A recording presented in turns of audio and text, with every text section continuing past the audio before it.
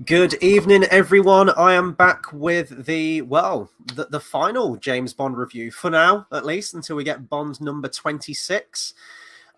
This is a slightly delayed review. This was meant to be scheduled for last week. I completely forgot that I was at a concert in London, so that occupied that Tuesday from last week.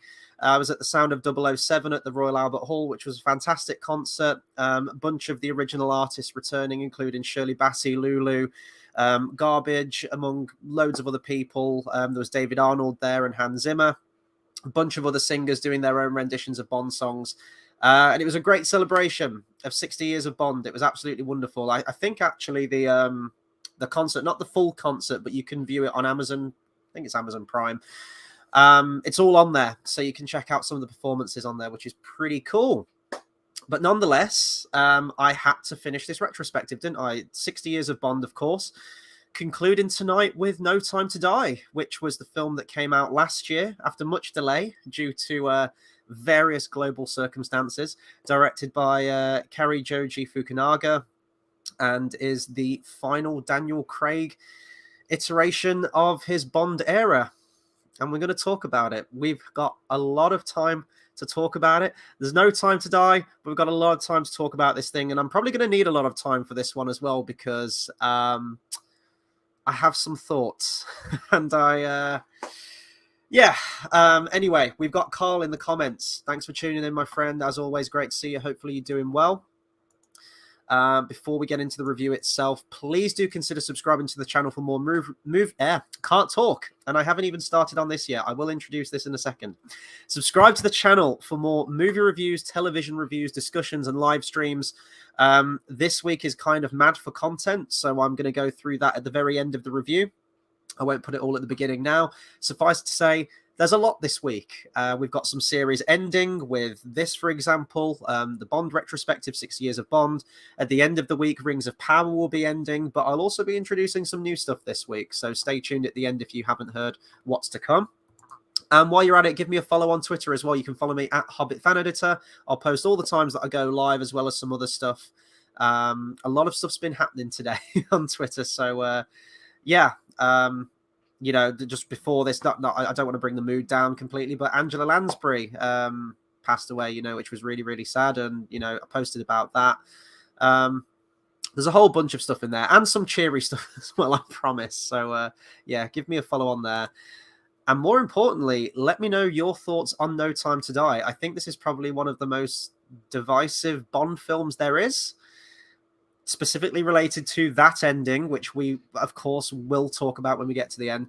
And because it is the final Bond review, here's your final chance, I guess, to let me know who your favorite James Bond is, your favorite James Bond actor, and which is your favorite James Bond film. My favorite James Bond film actually was on TV today, on ITV4. They heard my cries for help when I was watching No Time to Die. I paused it about halfway through. It's a long movie, guys. No Time to Die is about 2 hours 43.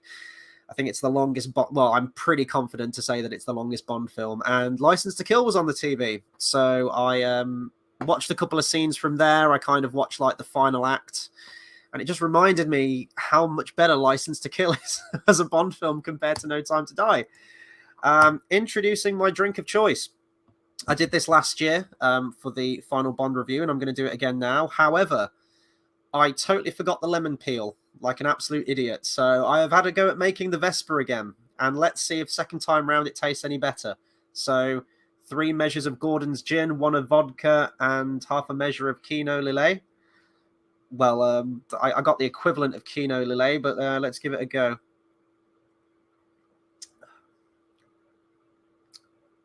It's about the same. It's about the same. Maybe slightly easier to drink this time, so maybe I've got a taste for it. Who knows? No, sorry, I need to do this proper, don't I? You know, that's not half bad. There we go. I feel better now. Anyway, that's going to be my crutch. Sorry. Or it's going to kill me off. Either one.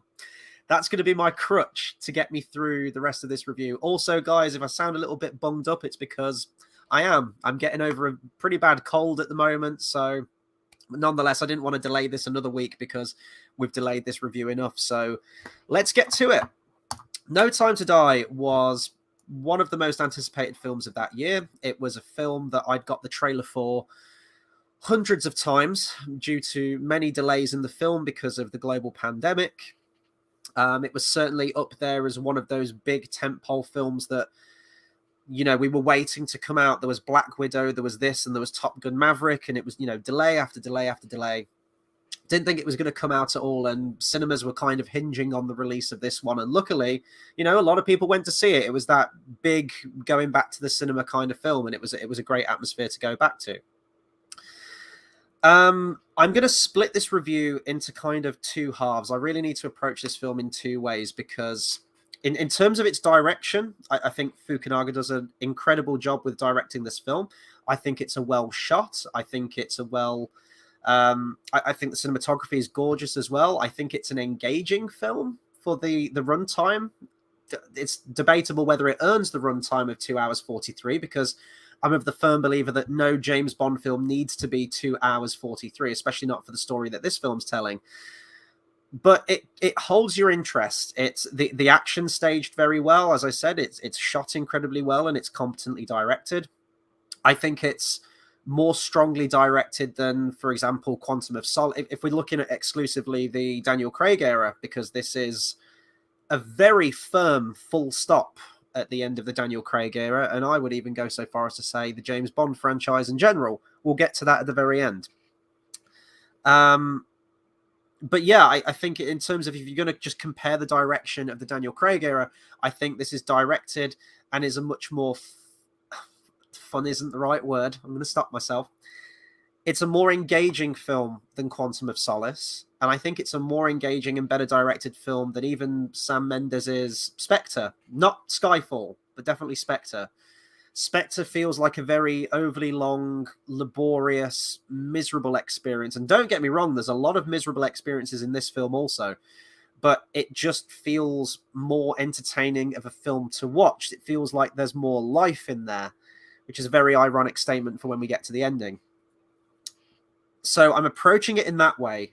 If I was going to chalk this up to like the Daniel Craig era, I would say that in terms of direction and how much of an enjoyable film it is overall, I would say Casino Royale's my top one, Skyfall's my second one, then this would probably be at number 3 if I'm equating it to that, if I'm ranking it on that alone. However, there is one very... well, actually, there's a few things. There's one very damning thing about this film and what it stands for. I will be coming to that, Carl, because, yeah, that is a huge missed opportunity with this film. Even though it had almost shy of 3 hours to develop this villain. Carl says, my thoughts on the film. Short answer, great action, but a really underdeveloped villain. Yeah, absolutely.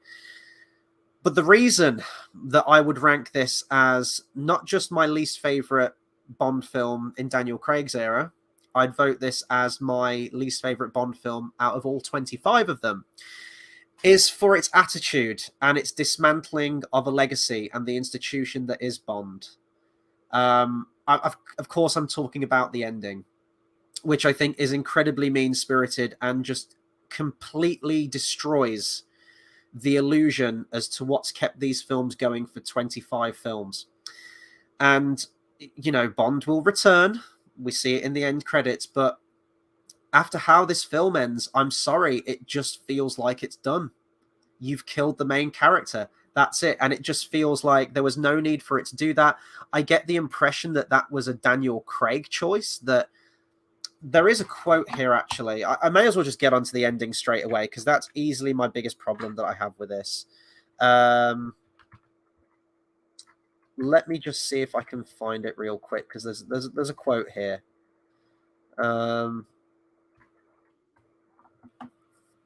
I should have prepared this before, my bad. But there's a quote basically saying, I think Daniel Craig or the writers or the producers were saying that we felt that this was the correct ending because there was no other way that we could end it. Daniel Craig was saying that it kind of puts a full stop after my tenure as Bond, and yeah, it can go on, but mine will always be viewed as this kind of closed experience. To signify my ending tenure as Bond. And I thought, well, tell that to Sean Connery. to George Lazenby, to Roger Moore, to Timothy Dalton, to Pierce Brosnan. All of those have a tenure of Bond, and you can chart their first film to their last film. Or in the case of Lazenby, he only did the one film. You don't need to kill the character off each time you're kind of bringing the curtain down on a different actor playing Bond. That I've used this example before, and I've used this example to a bunch of my friends as well. So if they're watching this, then I'm repeating myself here, but it's the best example that I can think of. It's the James Bond franchise, all 60 films, 60 years of Bond, it's kind of like a relay race. It's a baton race, and each actor is kind of passing the baton to the next actor to continue the legacy. It's a legacy that's lasted 60 years. It's one of the most enduring characters in Hollywood history. And now with the ending of this film, it feels like someone's tripped up the runner, shot him in the back of the head, kicked the baton away, kind of awkwardly stood there to a gasped audience for a few seconds, and then just slowly walked away. And that's kind of where it feels like we are with Bond now. We've just killed our lead character, which now begs the question, could they do this in any other future Bond film? Could they just keep killing the character off? The whole essence of Bond is that he is the ultimate male hero. He's the male hero who's got all the cool guns and the cool gadgets and the fast cars and the suave outfits, and he always gets the girl, and he's like Action Man. He gets in there, he saves the day. He'll come up against a villain, and you think he won't get out of it, and you're like, Christ, how's Bond going to get out of it this time? And he always finds a way. He always finds a way to get out of there, no matter the situation. And that's what's kept this character going for all of these years, and why it works. There is a formula there with the character. There is an archetype there with the character. And this just felt like one of those, 2020s, let's dismantle all of our heroes. We can't have these prolific, heroic characters now in media, compared to Luke Skywalker as well from The Last Jedi. Sorry. We can't have these archetypal Hollywood heroes anymore. We can't have the characters that give us joy or inspire us to be better people, or, just characters that we love to see and overcome the odds. We can't have those characters anymore. We've got to have these postmodern characters where we break them down emotionally, or we make them shells of their former self and make them act like completely different characters. Bond just acts like a complete wet wipe throughout this whole entire film. He feels emasculated in many parts of this film. He doesn't have the wise quips. He doesn't seem as flirty. He doesn't seem like the Bond character anymore. He doesn't make it out of there at the end, and he dies. And I'm sorry, like, some people may have felt emotional at that, and they may have just felt emotional at seeing this character, 60-year legacy, just get killed on screen in a really kind of dispassionate, CGI-filled, distant kind of way. Gets hit with, like, in a long shot, gets hit with a nuke, like a CGI nuke on a green screen background, and that's how you kill your Bond character. I'm sorry, I felt nothing but numbness throughout this whole ending. The first time I watched it, and even more so now. Here we go. What time is it? It's time to die. Yeah, that's a line in this film. Although JX, I mean, you could share with everyone, you improved that line, which if that line's going to be in the film, then it should be your version of that line. So if you want to share it with the group, by all means. Yeah, and then even after the fact, after you've just killed Bond, which is monumentous, and even after it's all said and done, there's like two little stuck-on scenes at the end of the film that just almost feel like a reshoot. You've got M, Moneypenny, Tanner, Nomi, Q, anyone else? They're all gathered in the room and they kind of toast Bond, and like Ralph Fiennes reads a bit of poetry out, which is just crap. It's like a 30-second scene, if that, and it's done, and we move on. And then it just ends with Madeline Swan driving in a car with her child saying, "Let me tell you a tale of James Bond." And that's it. Then cue nostalgic song from On Her Majesty's Secret Service, because we've got to keep harping on Her Majesty's Secret Service. It's such a... like, if you're going to do it, which you shouldn't do anyway, which is an absolutely terrible decision to kill the character, but if you're going to do it anyway, let us feel it. Let us feel that moment a little bit more. It's just terrible. And just the whole situation just feels so melodramatic and contrived. it's a very convoluted film, and it's not aided by the fact of, Carl, what you mentioned there about how the villain is very undeveloped. So the whole situation where we find Bond in the finale of this film just feels very just overly elaborate and just isn't really earned and isn't really developed and is just kind of really convoluted and a bit messy when it comes to the script writing. Case in point, one of the gadgets that Q gives Bond in this film is like a little EMP that will completely destroy any electrical items in the vicinity, which he uses to dispatch of the henchman character with a bionic eye. Q really awkward one-liner in there about it really blew his mind, which I think I enjoyed at the time, but watching Daniel Craig try and do one-liners and try and be funny just really isn't his Bond, and it just feels really out of place and awkward. I'll get onto the tonal inconsistencies of this film later on down the line in this review as well. And it destroys the eyeball, but he still has the earpiece and he's still communicating with Q. And he triggered the watch, the EMP watch, right next to his ear. So if that gadget's doing its job, then it would not only take out the bionic eye, but it would also take out the earpiece, and also would destroy any nanobots in his system. So later on, when Safin infects him with the virus, also, it was very unfortunate timing, wasn't it? The plot of this film surrounding everything that was going on in the world, what with viruses and quarantines and everything, and contagious viruses. So he's got this EMP watch and he's got nano machines, which are electronical of sorts.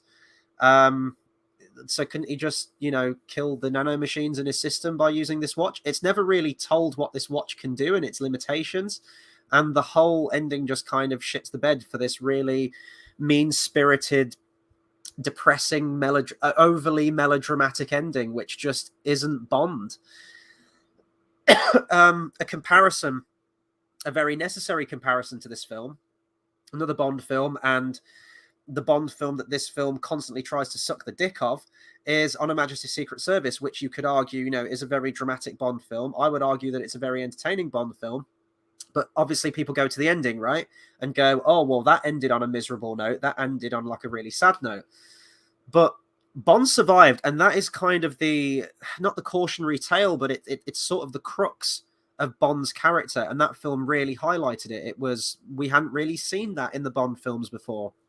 And that is now something that has gone on and has been like the enduring impact of On Her Majesty's Secret Service, is the fact that Bond is a tragic character. He is a haunted character. Try as he might to settle down and have a normal civilian life or retire or whatever he needs to do, he will never have that luxury because he's so in deep in this job. The amount of enemies that he makes, he will never be free of this life, no matter what. And he comes this close to a normal life. He gets married. He's got the whole world ahead of him. He's got the woman of his dreams. And she's snatched away at him by Spectre in the very, 5 minutes after they've got married. And that's the tragic case of Bond. He knows he will have to go on to fight another day, to fight for Queen and Country. Well, as I said, like future Bonds now is going to be King and Country, isn't it? Which is going to be very interesting. But he will always go on. Bond endures. He always finds a way and he moves on, and he contains the personal demons within him to move on. A better ending for this film, if they did want to end it on a more depressive ending. Although I don't feel like you'd look at all those Roger Moore films, look at the Sean Connery films, like just all of the other ones just end on a really uplifting note, to end it on a swan song, like, oh, that's Bond, see you for the next one. And this is just like, fuck you, your Bond is dead. The character you have loved for all of these years. I can't believe the producers of this film okayed that. I genuinely can't. I can't believe that they thought that that was a good decision for the future of this franchise and to cap off this ending, to Daniel Craig's era. In my opinion, I don't even like the film, but the ending of Spectre ends on Bond hype. You needed a scene like that to end the Bond franchise on for Daniel Craig. Goes to get the Aston Martin, revs it up. He's got his girl in the front passenger seat, turns to her, she smiles at him. He knows what's up, puts it into first gear and floors it to the James Bond theme throughout London. That's how you end a fucking Bond film. And I remember at the time thinking, Daniel Craig was saying that he didn't really want to play Bond again, and going to see Spectre and thinking that would be his ending scene, feeling that it was a very conclusive scene. Maybe it was a reshoot. Maybe they went back and thought, well, we don't know if Daniel Craig's going to do a new one, so we'll put this scene in there. But it's probably the only scene of Spectre that I actually really like, other than I quite like some of the... I like the one-shot stuff in the opening action scene in Mexico. I quite like that stuff. But other than that, the only other scene that I really like in Spectre is that very ending scene. And you just get none of that with this. To me, it has completely destroyed the institution of Bond. So we get another Bond next time in a soft reboot. But you've still got this awkward film sandwiched in between where Bond's dead. I'm sorry, to me, it's just shattered the illusion of that character. Yeah, you can bring him back, but the whole essence of this character enduring is just gone now. And then, as I said, what's to stop them from killing Bond again? And if you keep killing the character, doesn't that just take away from the impact? Like, if Bond dies again, when they've decided whoever is going to play Bond in the next iteration, and he say he does like 4 or 5 films and doesn't want to do anymore, will they just kill him off and then reboot it again? I think at the moment, even they don't know what they're doing. The producer of this film, Barbara Broccoli, said that in a very concerning manner that the next iteration of Bond is going to have to completely... I forgot the choice of words that she used, but like reevaluate the character and like rework the character for the modern age. And we know what that so often means with modern media. And they did show signs of doing that kind of thing with this film, but thankfully when you actually see it play out, I'm referring mostly to some of the, Bond being talked down to and is, emasculating Bond and him just coming across as really soft. I remember when Nomi's character was introduced, Lashana Lynch, people were losing their minds, and I initially did as well, thinking, they're going to have a female Bond, and Bond's probably going to, she's going to take over and be the new 007. Bond's going to act really weak around her. But actually, having watched the film, that wasn't the case. And, Bond does get some pretty good comebacks to her as well. So I actually didn't mind her character when I saw the film. And I still don't mind her character. I think she's fine. Bond's had allies and agents in the field, and it's not too dissimilar from that, really. But there were the seeds of it there, and you could think like, oh, well, if they do this, if they do continue it, they've said they don't know how they're going to continue it, whether they just revitalize it, but would they continue this iteration of Bond into the next film? And although it says James Bond will return, but putting that at the end credits after this ending, it's just absolutely laughable, because you've just killed him. Like, if I bought the complete James Bond collection right now, 1 to 25, I'd be like, okay, yeah, fine. You've got the beginning film, and in the last one he dies. That's it. That's my Bond legacy. 25 films, 60 years, done. And I know I'm harping on this, and I know I'm repeating myself, but that's where the crux of this review comes down to for me.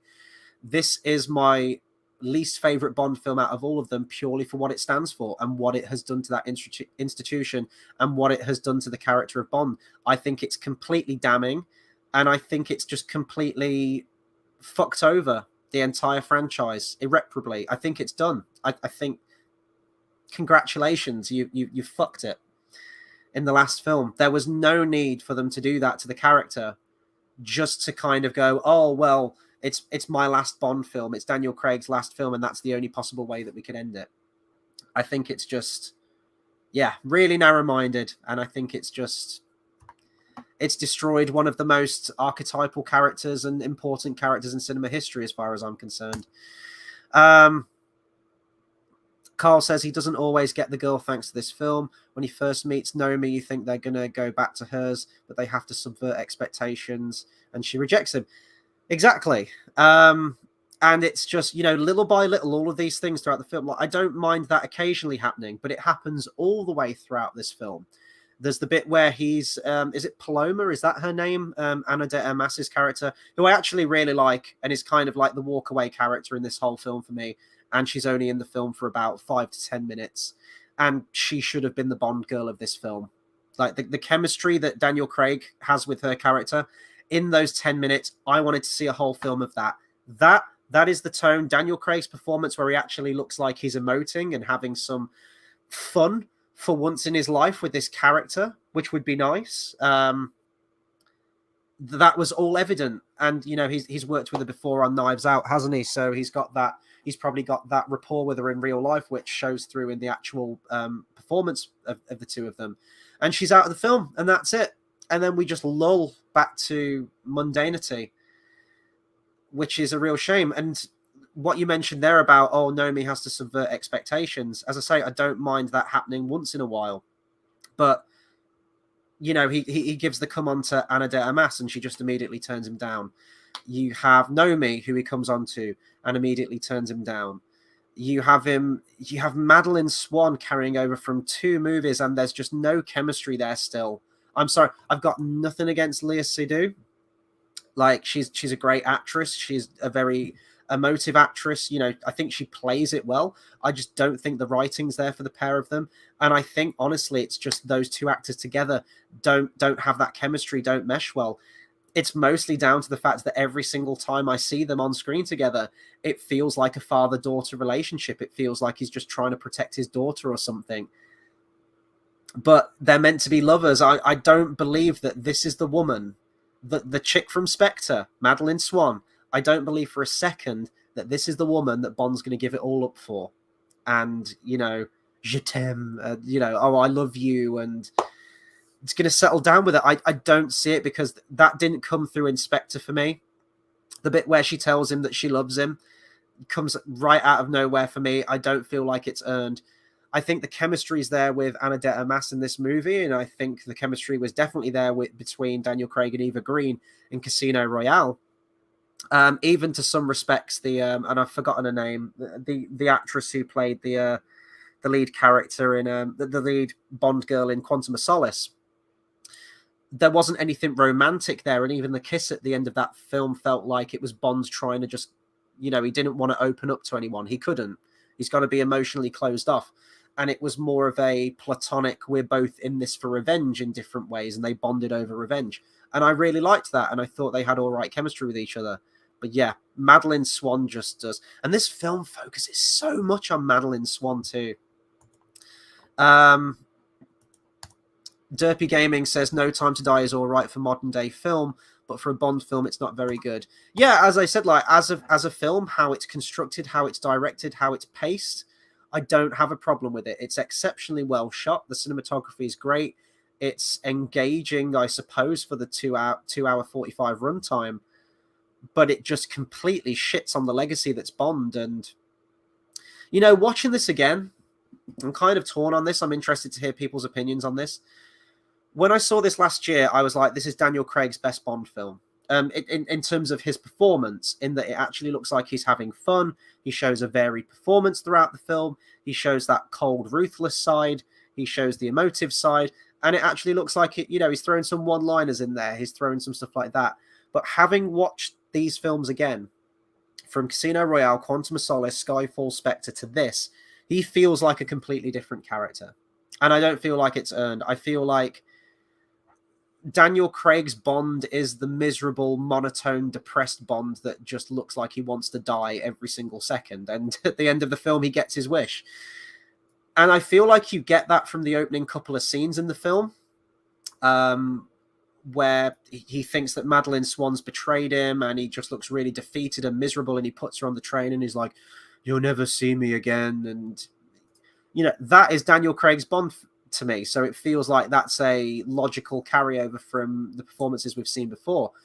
But when he's like wisecracking with Felix Leiter, and he's really upbeat and jovial while he's in retirement, it, like the Ana de Armas stuff, like they're great to see together, but it feels like he's playing Bond in a completely different film. Like he's always played Bond in a very fun way, which he just hasn't. So the tonal inconsistency with this film is quite troublesome to me. And I think I know exactly where that comes from. And I think that's the additional writing credit of Phoebe Waller-Bridge. She was brought in via Daniel Craig's own request, I think, actually. I think he requested to bring her on for an additional writing credit, to do another pass of the script, to add more humor into it, probably to himself and a lot of the side characters.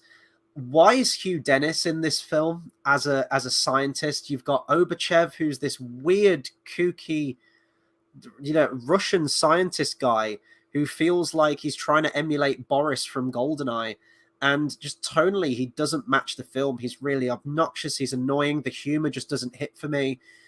As I said, it feels tonally inconsistent, especially when you watch the rest of these films. You've never had like a quirky, oddball character like that in any of the Daniel Craig Bond films, until this guy. And he's just, the way he's written just feels like a comical, two-dimensional villain lackey in like a cartoon or something. He doesn't it feels like a caricature rather than an actual character. And considering these films have tried to go for like a more gritty, grounded approach and a more dour kind of feeling to its characters, it's just very weird that this character's just kind of, slapstick in the way he talks and the things he comes out with.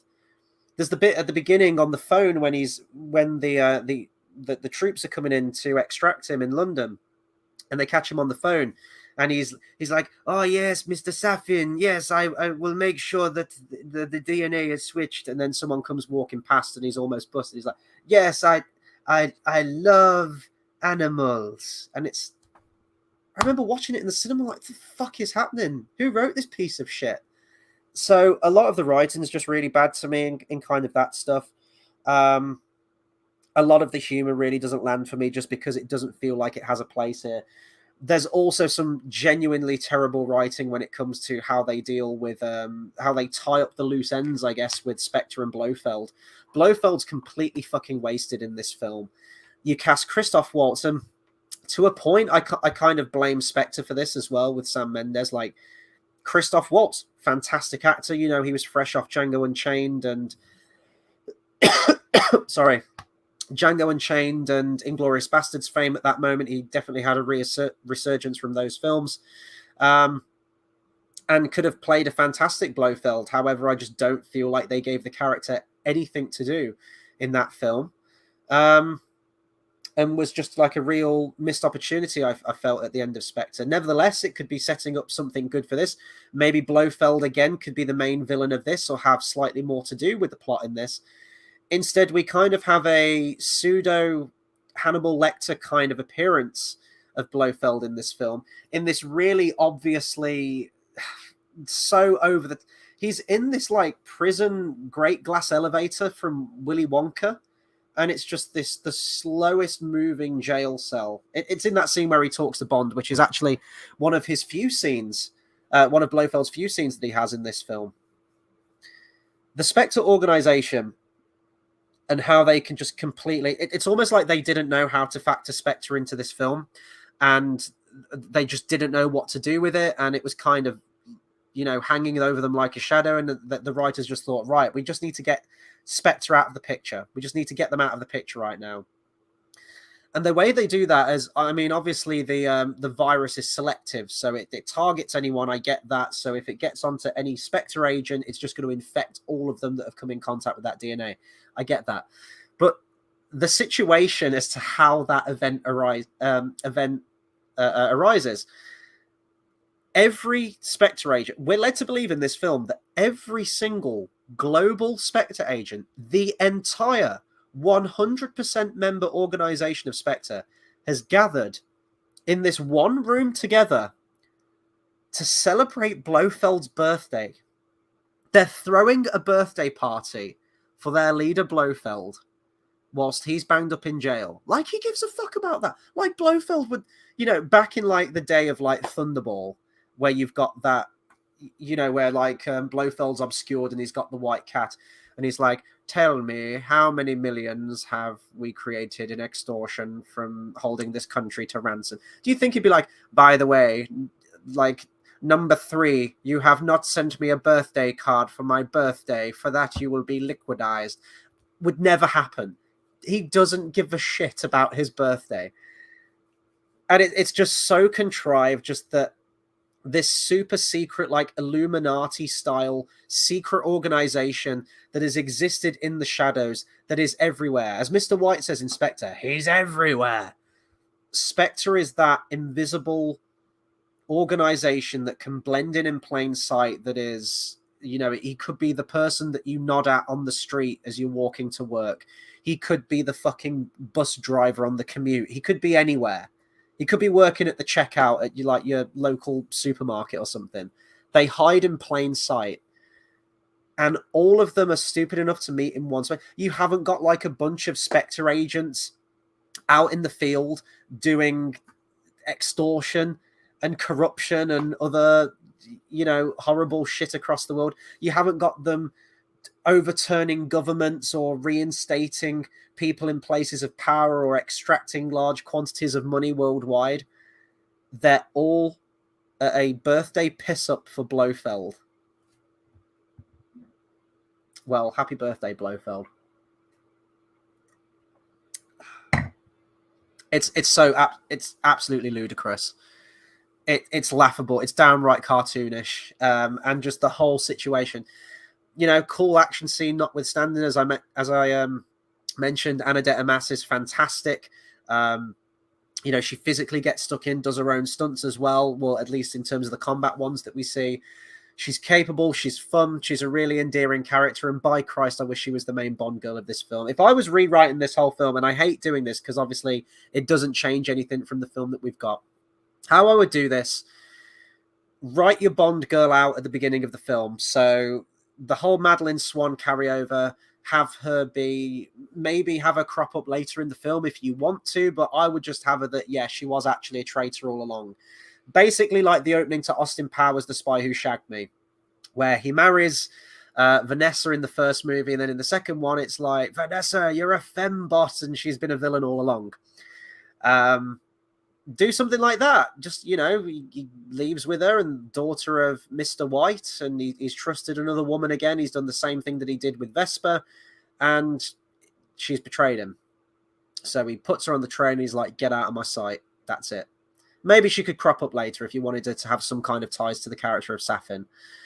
But then just have Ana de Armas be your new Bond girl for the film, and I just think it would be so much better. That instant improvement as far as I'm concerned.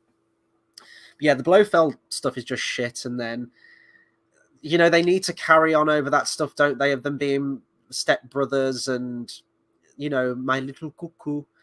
And that line was already fucking stupid in Spectre as it was, yet every single sentence they get a chance to add that cuckoo word in again, that by Christ they do it. And isn't that like the last word? Isn't that the last word that Blofeld says to Bond in this era of Bond, is just cuckoo? The way that Christoph Waltz plays it as well, just as I mentioned, just comes across completely as like Hannibal Lecter from Silence of the Lambs. And I don't know, that just isn't what I think of when I think of Blofeld. You could argue that it's a different take, but it just comes across as comical in this one. It doesn't come across as anywhere like threatening or imposing or anything like that. Also, the whole thing of how the altercation with Blofeld comes about in this, like Blofeld's master plan of how he wanted to just ruin Bond's love life.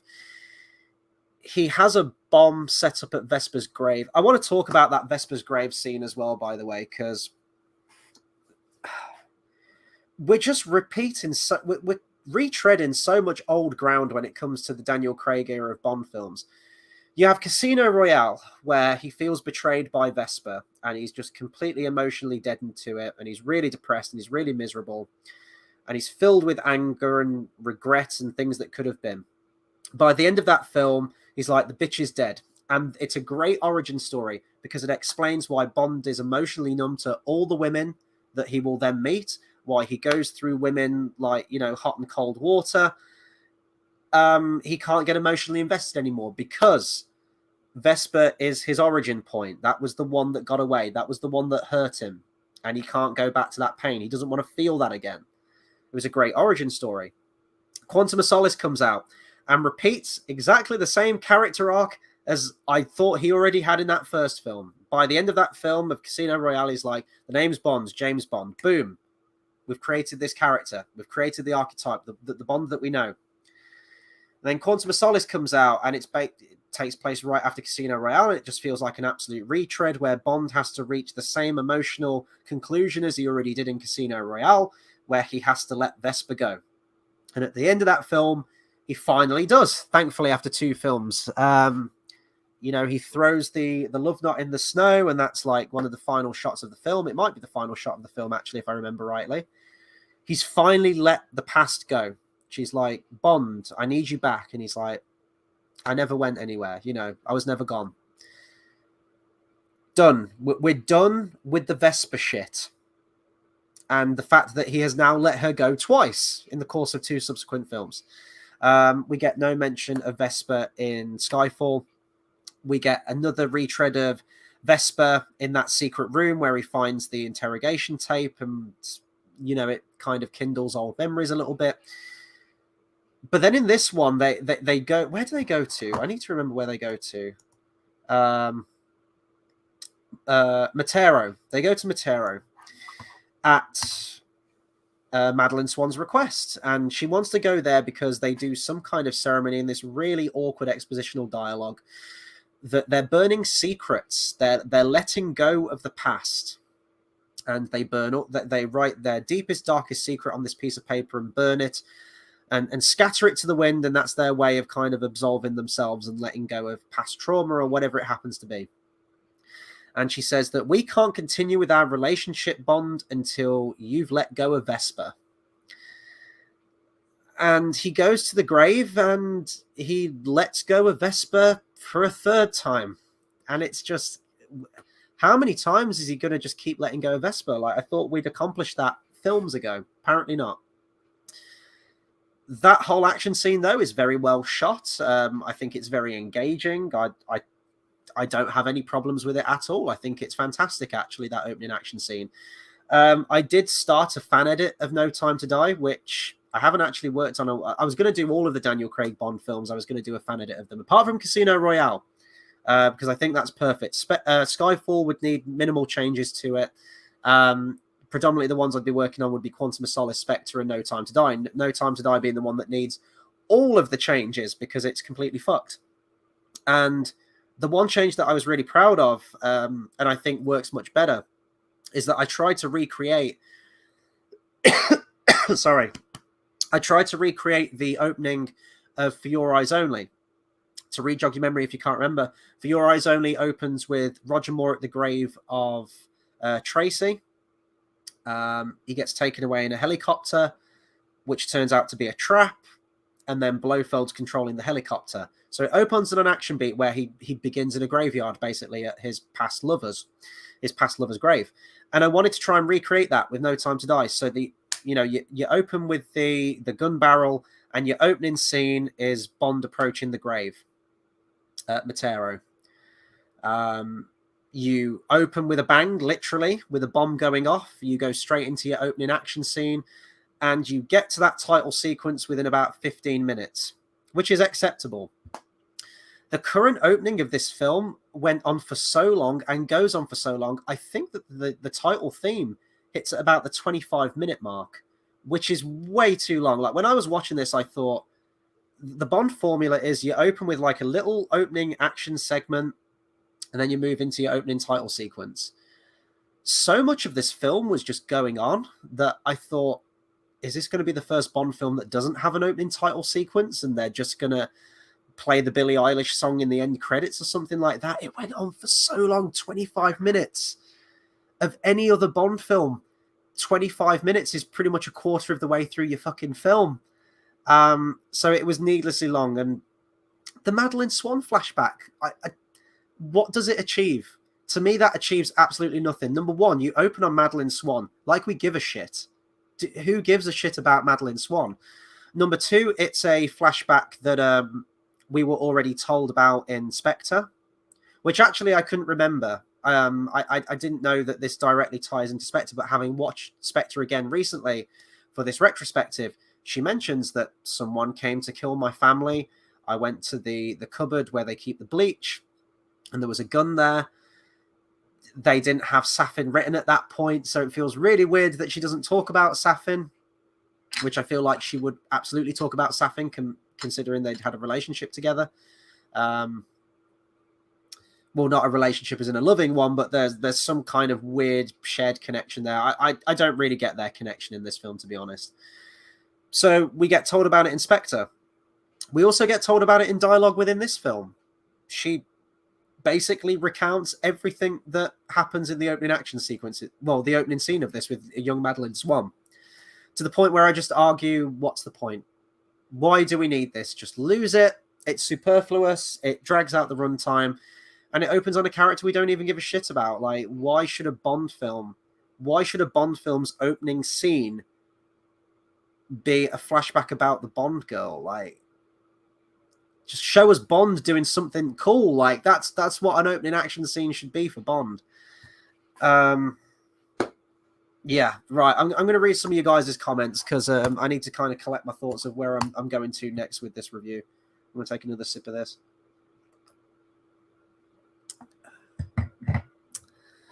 Carl says, did they only give him a daughter as a cheap way, so we're meant to feel something when Bond dies? Yeah, I would think that's the case.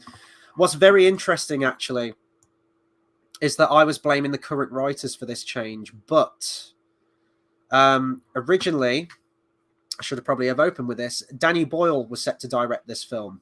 He all had to go ahead, and I think he was working on a script with John Hodge, I think John Hodge wrote the script.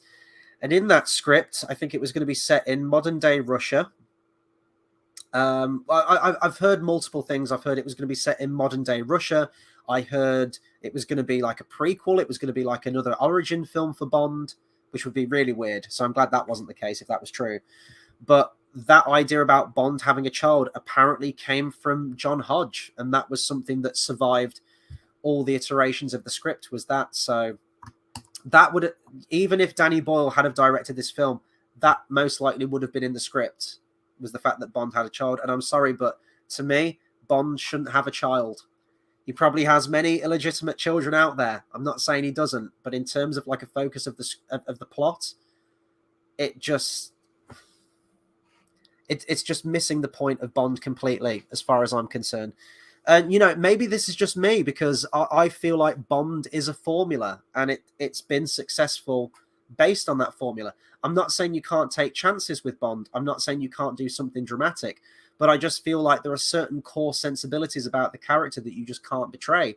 And I feel like giving him a kid, it just completely, I don't know, he ceases to become the character now. You could go, oh, well, the character's matured. You know, it's telling this new closed story, and we wanted to see Bond become get more responsibilities and become a father and be more patriarchal and protective and things like that. But I just don't feel like it was necessary. It was also a really weird revelation. Like, they thought there was actually any dramatic tension in this. When he first meets this kid, Madeline quite definitively and convincingly says twice that she's not yours. And she reaffirms she's not yours. And I thought, oh, she moved on pretty quickly after he left her at the railway. But I thought, wouldn't it be cool and maybe add more layers to it if, in a weird way, by the way, the age difference between Madeline Swan and Safin really doesn't work for me. She's like a young girl at the opening scene of this film, yet Safin looks exactly the same age. I don't know why they couldn't possibly have just cast a younger actor to play a young Safin. We would have known that it's him because you would have had the mask that carries over between the character. It's very strange. I think like a really young Safin going out to try and murder someone would have actually been really chilling and actually kind of really cool. It would have, just this child out for revenge, essentially. I've watched Kill Bill recently, so like Oren Ishii kind of thing, who gets her revenge at like the age of, is it 12? I think she gets her revenge. Something like that, maybe, just at a really young age, because then that would have matched the age differences then between Madeline and, but they just cast like Rami Malek in the intro, and it's so weird. I can't understand that decision. But maybe if you had it where the child was Safin's which I think they kind of toy with for a little bit, don't they? Like, especially when he's got Matilde on his hip and he's like walking with her and he's trying to be like this surrogate father-like figure to her in like a really creepy way. If that had been the secret, maybe that Madeline didn't tell Bond, was that before she met Bond, she'd had this child with Safin. I guess you could then argue, well, who's looking after the child while she's gallivanting out and about with Bond? It's weird that she never mentions that, but either you do that and she's had this child beforehand and hasn't mentioned it, or you have her meet up with Safin and have this child in the span of time, in the span of time between him saying goodbye to her at the station and then meeting up with her again. But I feel like that would have been better, maybe. And then you would have still got across those fatherly aspects to Bond if you did want to put that in a script where he's protecting someone, but it's not his child. Like, Bond himself doesn't have a child. But by the end of the film, he kind of forms this bond with this child because, she's a part of Madeline, even though she's also the child of the main villain, the person who he needs to stop and who he needs to kill. I don't know. That could have been a cool angle. That could have added some layers and some dramatic depth to it. But I think we should get onto Safin in a moment, shouldn't we? Because I think that's, as you mentioned earlier, Carl, that's easily one of the biggest problems with this film as well, is the villain. Derpy, you also mentioned it too here. The villain was written so weak, but I'll say the actor who plays him saves the character with their performance. I wouldn't go so far as to say it saves the character, because I think the character is just so horribly written that it's really difficult to distinguish the character. But yeah, I think Rami Malek, for the terrible material he has to work with, is very good. I don't think he's as memorable as like a Lashif or a Silver or a Blofeld or anything like that. But he could have been. I remember the initial theories out there that he was actually going to be Dr. No, because he was like on this hidden island somewhere in Japan, I think they mentioned, don't they, dealing with like these viruses and chemicals and whatnot and biological stuff, and people thinking, oh, he's going to be Dr. No. So I don't know if that was a last minute change. I don't think it was, but the comparisons are there, so I can understand why people would think that.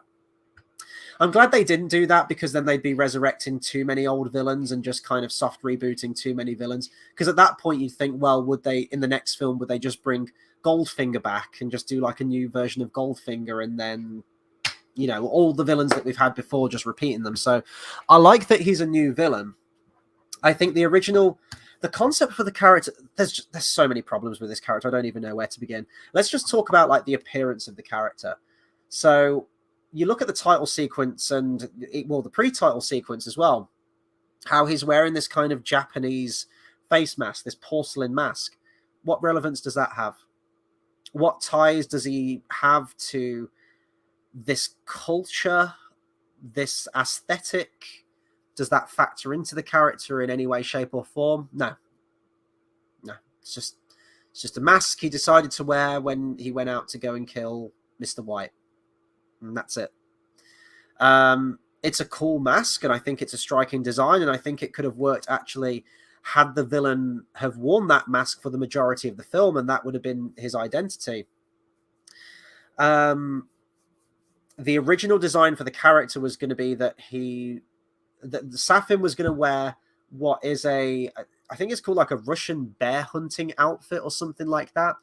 And it's like this whole body, quite bulky armor, and this kind of like Man in the Iron Mask type face mask thing covered in metal spikes, because I guess it's bear hunting. If a bear comes rushing at you, it's going to get stabbed, it's going to get prodded or impaled or something on these spikes that you've got.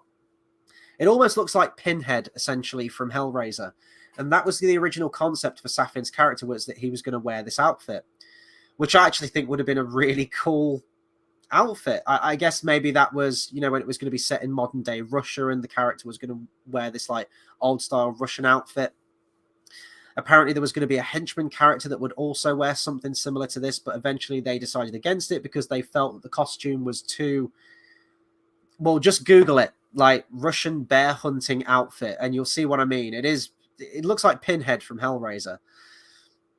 So they reworked it into this Japanese style mask, but it's just that then has no carryover at all, does it, to the character or the aesthetic or anything like that? And I suppose you could argue, well, the whole Russian bear hunting thing doesn't, but had the character have been Russian and was out hunting, Mr. White at the beginning, if they still went with that, that's something. That's something a little bit more interesting, I think, than what they ended up going with. The main problem I have is this weird relationship that he has with Madeline. I don't know why Madeline drags his body outside after shooting him. Like, the guy breaks into her house and it feels like a horror film. There's lots of jump scares and things at the beginning, like it's this stalker horror film. She shoots him and then drags his body outside, and then is surprised when he wakes up. She falls under the ice. It somehow isn't dying of hypothermia, and he saves her. And then from that point onwards, they had this weird shared connection, despite the fact that he's a really creepy weirdo, and I would never see these characters together. And there is like this weird sort of like will they, won't they relationship kind of thing between them too. But the real problems break down with the character's motives, because I don't get how we get from one case of affairs to another case of affairs with Safin's character. He opens the film wanting to just get exclusive revenge on Spectre, because it was Spectre and Blofeld that organized the hit on his entire family. And his entire family was killed by Mr. White, who was working on direct orders from Blofeld, who is the head of Spectre. Safin wants to kill Spectre. I get that. And he achieves that. He achieves that kind of like at the end of Act 1 or the beginning of Act 2. He achieves it. He gets Blofeld. He gets every single member of Spectre. His job's done. And then all of a sudden, the writers are like, shit, we need to keep the villain around. So he needs a new motive now. What do we do with him? And just resorts into a typical madman wants to destroy the world. And there's monologue after monologue in the film by Safin where he tries to justify this aspect about it. And there's the line from the trailer where he says, like, I just want to make things a little tidier. So he wants to kill like world leaders because he thinks that people should be free and that it's an ultimate form of oppression, and ultimately becomes a completely different motive, a motive that hadn't been established before that point in the film. Safin didn't really come across as a madman per se, like he definitely wasn't of sane mind, but he was working to a motive. He was logical in his approach and what he wanted to do, and he achieved it. But then all of a sudden we needed the megalomaniacal holding the world to ransom, destruction of the world kind of plot, which would be fine for another Bond villain that has a legitimate motive for doing that, but Safin really doesn't have that. And as such, it just makes the character lose all of his agency, basically. He doesn't have any agency. As soon as he's killed Spectre, then, it's all done. Maybe if it was something like... Well, then again, this would have killed him if you go with the whole nano things, but maybe if MI6 somehow had ties to his parents' death also, or helped fund something that was ultimately the reason that his parents died, or something like that, where MI6 also got involved with it. So he wants revenge on Spectre, and then he also wants to take out MI6, the organization, or I don't know. Something like that kind of ties it into it more, and it's more of a direct threat then rather than a world-ending one. But then you could argue, well, then that's kind of like Silver, isn't it? That he just wanted to destroy MI6 and more specifically M. He had a personal target. So either just have a villain who just wants world domination right from the beginning, and I'd be totally fine with that if you can back it up with the writing. But if you have a villain that just specifically wants to get revenge on Spectre, and doesn't really have any stakes in anything else, then you need to rework that character. Let's see, what else can I talk about this? It's just... Yeah, as I say, like, the action, it's they kill Felix off as well, which I thought was kind of pointless. We haven't seen Jeffrey Wright in these films for a long time, which is a shame, because I think he's brilliant, and I really enjoy him as Felix. but I just don't really feel like the series did much with him. He was good in Casino Royale for the few scenes that he was in there. He was kind of just whatever in Quantum of Solace because it was just carrying on, and then I think that's it, isn't it? That's all we got of the character. We got a few other mentions from him across some of the other films, I think, but we didn't get to see him. And then he shows up in this, and then he's dead. I just don't feel like we really needed to kill Felix. Let's see. What else? What else can I talk about this film? It's just everything's terrible about it. The character of M, I think, is just completely assassinated as well in this film. I know you could argue that in Skyfall, when you've got the character of Silver, that there is some dirt on the M character, that you could argue that she's very dismissive and she saw Silver as expendable, and she might not inherently be like a good person, but she's just kind of doing her job and what she needs to do for the security of the country. But in this one, M just acts completely fucking dumb. Like, M helps sanction this virus, this nanotechnology virus that can just be like, and then he's surprised when it gets into the wrong hands, and it kind of turns M into a bad guy. And I just think that's really out of character for the character of M. I think he'd be a lot smarter than that. I don't think that the character of M would do something like that, or be that stupid, or act surprised when it goes awry. So to me, that just completely takes away at M's agency as well. Moneypenny has fuck all to do in this film. There's no real scenes of her where she's flirting with Bond like we come to expect, so that just completely does away with that. I've mentioned Nomi, like, I don't mind her character. The whole "No Time to Die" line does really get to me, though. It's just really terrible. It's just really, really terrible.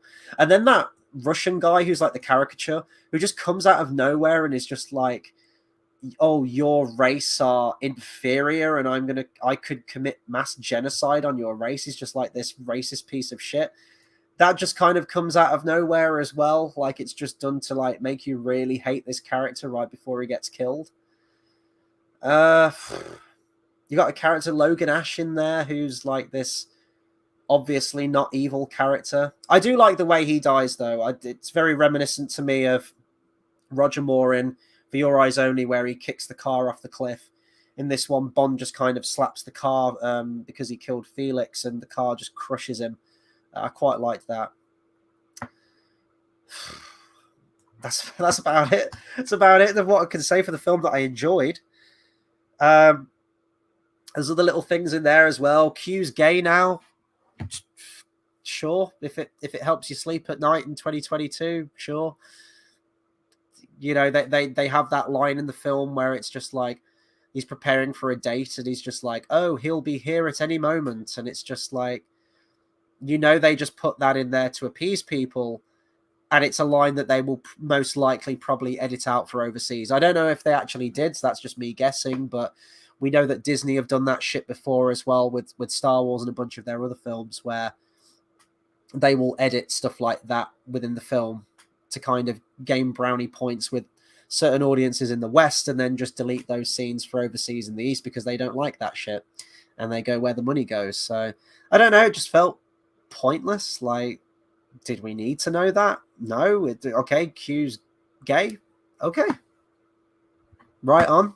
But it does feel very crowbarred in there. Like, it's just, I don't know. Maybe you guys don't think that, but it just felt like a little bit manipulative, I guess. Like, it was just there in the script. I don't know what else to say about this film. You get some cool running gun scenes, I suppose, with Bond up the staircase towards the end. I just think that what this film stands for is absolutely completely damning to the Bond franchise. I don't think it's a well-written film. I think it's a very convoluted film. I think it could have done with a few passes of the script. I don't like what it does with a Bond character. It just makes it completely weak.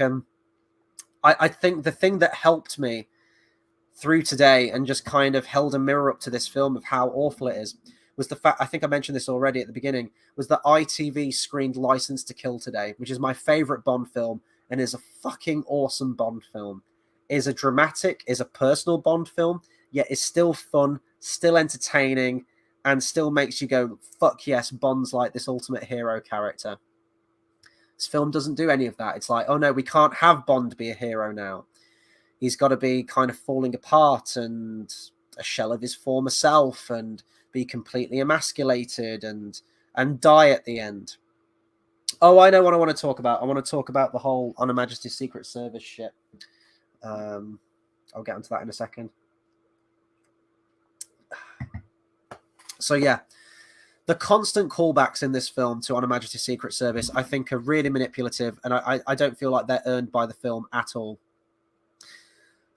We have all the time in the world in the film On Her Majesty's Secret Service has so much importance to that film. It is the theme of that film. It's never been a theme that's been associated with Bond's loss outside of that film. You know, in other scenes where Bond girls die, it's never played a reprise of that theme. They've never really done anything like that as far as I know. It's never been an anthem for the Bond character. It's never been used in any emotional scenes outside of that film. That theme, We Have All the Time in the World, belongs exclusively to On Her Majesty's Secret Service. A film that this film just completely deep throats the entire way through the film. You have the absolutely cringe-inducing, eye-rolling line at the beginning where he's driving with Madeline and she says, can you go faster? And he says, we don't need to go faster. Turns to the audience. We have all the time in the world. Pretty much winks at the audience. Hans Zimmer, right on cue, brings that theme back in, sweeping strings. It's a beautiful theme, but it just feels so manipulative. Because this film doesn't achieve any of its emotional weight from its own merits. It doesn't have its own theme to do that. It relies on your nostalgia from a Bond film that you've got in your head that you clearly know from On Her Majesty's Secret Service if you're a Bond fan. And you're applying the same emotions from that other movie out of nostalgia onto this one. So it's not really creating or crafting any of its own emotions within the film. It's pillaging ones from a previous film, which I really absolutely resent. Later on in the film, you have the reprise of the On Her Majesty's Secret Service main theme during a conversation scene between M and James. And the dialogue in that scene is just really bad as well, because he's like, oh, what does Safin want? And Bond's just like, oh, I don't know. You know what they're like. Global domination, you know, the usual. And M's like, oh, yes, the usual. It's just really bad. It's just really bad. Again, at the end, when Bond's about to die and he tells her, you know, she's like, if only we had more time. And right on cue, you have all the time in the world. And then at the very end, you end with, again, the theme, we have all the time in the world, which makes no sense because in this continuity of Bond, and it is a new continuity of Bond with Casino Royale, it was a soft reboot. This theme has no emotional impact to Daniel Craig's Bond, the character of Bond. In this iteration, it has no impact on the character because Bond hasn't been married. That song has had no relevance before. It hasn't come up before. So at this point, it just feels really weird that it's crowbarred into the film. And once again, at the end of the film, it doesn't achieve any emotion on its own back, on its own merits. It falls back on that line, to that song, to that moment, to your memories of Tracy, to your memories of On Her Majesty's Secret Service, to reinforce and to be the emotional through line of this film without doing anything on its own back. And I just think it's really fucking lazy, and I hate when films do that. You know, some callbacks are fine. I don't mind it. And it's worked in some of the other previous Bond films. Like I mentioned, For Your Eyes Only opens at the grave of Tracy. Completely different Bond actor, completely different tone, but it's that loose continuity that was so prevalent in all of the Bond films. License to Kill, for Christ's sake. The whole motive of that revenge mission that Bond does what he does. Yes, he does it for his friend Felix, who's been like horribly maimed by Sanchez and the death of Felix's brand new wife. And because of that, that rekindles the emotions in Bond, and he's on a personal revenge mission to get catharsis and to get justice for his own wife's death previously. And I love that about Bond films. You know, it's that loose continuity between all of them. right up until the point where you get to Casino Royale, which hit the reset button and started afresh. So this song on Her Majesty's Secret Service has nothing to do with this incarnation of Bond, and it's really weird. Let's see. I guess really all I have left to talk about is the music. So Hans Zimmer does the score for this one. It's definitely a Hans Zimmer score. I don't think it's a terrible score, but it's definitely not that kind of classic David Arnold, John Barry kind of sound to it. It's just kind of like a generic Hans Zimmer action score. It's perfectly serviceable for the film. It works, but it's not one of the most memorable Bond scores out there for me. The songs just kind of all blur into one for me. And then we've got our main title song by Billie Eilish. I know she has her fans. I'm not one of them. She just completely whisper mumbles through the entire song pretty much. And it's not until right before the song finishes, it starts to kick into overdrive. The orchestra comes into it more, and she's belting notes out a little bit more. And I'm thinking, okay, I'm just starting to get into this song now, and then it ends. But it's just like, I leave alone, and it's just this really miserable, mundane, I should have known. And I'm like, oh my god, how we've had 3 depressing Bond songs now. Like, can we just get an uplifting one? Casino Royale, Chris Cornell, one of the best. You Know My Name, fantastic song, hard rocking one. I absolutely hate the Alicia Keys one, but at least it's kind of upbeat. Skyfall, I guess, works for the tone. And then you get, let's say they had have gone with Radiohead, depressing Bond song. The Sam Smith one is a depressing Bond song. Billie Eilish is another depressing Bond song. And it seems like all of the Bond songs from Skyfall onwards, they've just been trying to recapture that Skyfall feel to it. And I'm sorry, but I'm just so done with miserable fucking Bond songs. So I really hope the next one's like a little bit more catchy, a little bit more upbeat.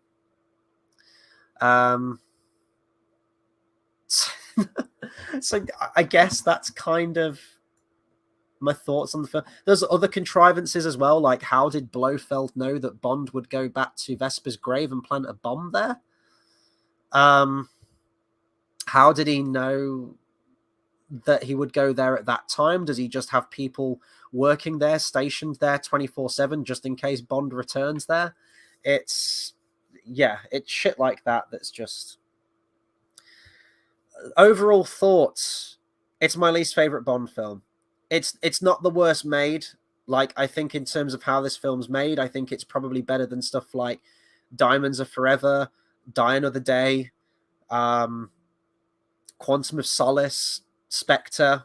Like, it's a better made Bond film and a better directed Bond film, I would say, than some of those other ones I just mentioned. I think it's more entertaining than Quantum of Solace and Spectre. But from what it does to the character and the legacy of Bond and how contrived the writing is and how poor the writing is, and it's my least favorite Bond film. And to me, it's an absolute travesty what they've done to the Bond character. And I don't even blame the director. This is not the director's fault. Whatever Danny Boyle wanted to do beforehand, clearly, parted from creative differences.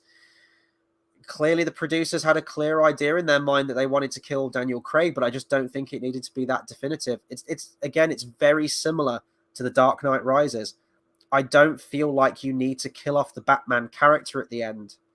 Well, I know they didn't. I know they survived, but you know what I mean? Like doing a whole funeral for Batman. I just don't think, and Batman quitting being Batman, I just don't think you need to end it that definitively. You could just end it on, that film could have ended it on Batman hype. This could have ended it on Bond hype. And then you just get your new actor in as Bond, how it's always been done, and it's been absolutely fine. I don't know where they're going to go from this now. The future of Bond. I guess the future of Bond is they're going to completely rework the character for a modern sensibility, which I think will be completely damning if that's the case, if it's done poorly. Yeah, we get Bond back. So Bond dies, and then in the end credits, Bond will return. And then he's just back, and I want them to go back to a more episodic, back to basics approach to the character, where we can have some fun, We can have some great stunts. We can have some good chemistry between Bond and his Bond girls, and we just go back to formula. Back to formula. That's what we need. I don't want another overarching, tied all together story, needlessly tied together story like the Daniel Craig era has been. I'm fine with loose continuity. Absolutely fine with that, but I don't want something that this close knit, because I think that will be a pitfall for them if they try and do that again. So that was the Daniel Craig era. It's not an era of Bond that I enjoy. I love Casino Royale, and I kind of wish that that was a standalone film. Skyfall I kind of see as a standalone film as well. But Quantum of Solace is just bad. Spectre is just bad. No Time to Die is just bad. And they really need to get their game together for the next one, I think. But as I said, I'm kind of done. The illusion's been shattered to me now. You've killed your main character off. That's it. It's done. It's time to put it to bed. Anyway, that will do it for my review on No Time to Die. I am very tired. I've been on a hike today. I've been up very early.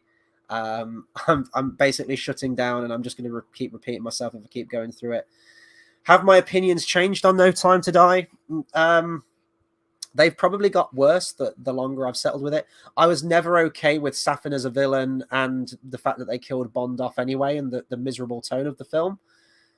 But I think that hating me for what they've done to the Bond character and what went through their mind to do that in the first place, I think that's just had more time to settle and to sort of build and fester. And you compare it to what other studios and other films are doing with certain characters in 2022 and just dismantling icons. We can't have icons now in 2022 or in the 2020s. Which is why I love Cobra Kai, because it actually does it in a really good way and actually maintains the integrity of the characters, which I love. Anyway, that unfortunately, it's a very depressive ending, so I will raise a toast to 60 years of Bond. May it continue in a much better manner than it has done with the Daniel Craig era, at least the last few entries in it. And hopefully it can find its footing and its former glory once again. But thank you to everyone that stuck with me throughout the entire 60 years of Bond. Hopefully it hasn't felt like 60 years, but I've spoken about Bond now on 2 consecutive channels for, 2 years now. I did April to October I think it was April to November last year, actually. And I've done April to October again. I didn't for a second think I'd be revisiting the Bond films this year in such quick succession from the previous year, but I didn't want to miss the opportunity to see some of these films on the big screen. And it's been incredible. I've absolutely loved watching these films on the big screen. And I'll never forget it. I absolutely love the Bond films. I am a die-hard fan now of these films, for better or worse. It's a wonderful community of fans. It's one of the most enduring and supportive and open and inclusive groups that I know, which is great. And yeah, hopefully I will come back to Bond at some point. This is not the end.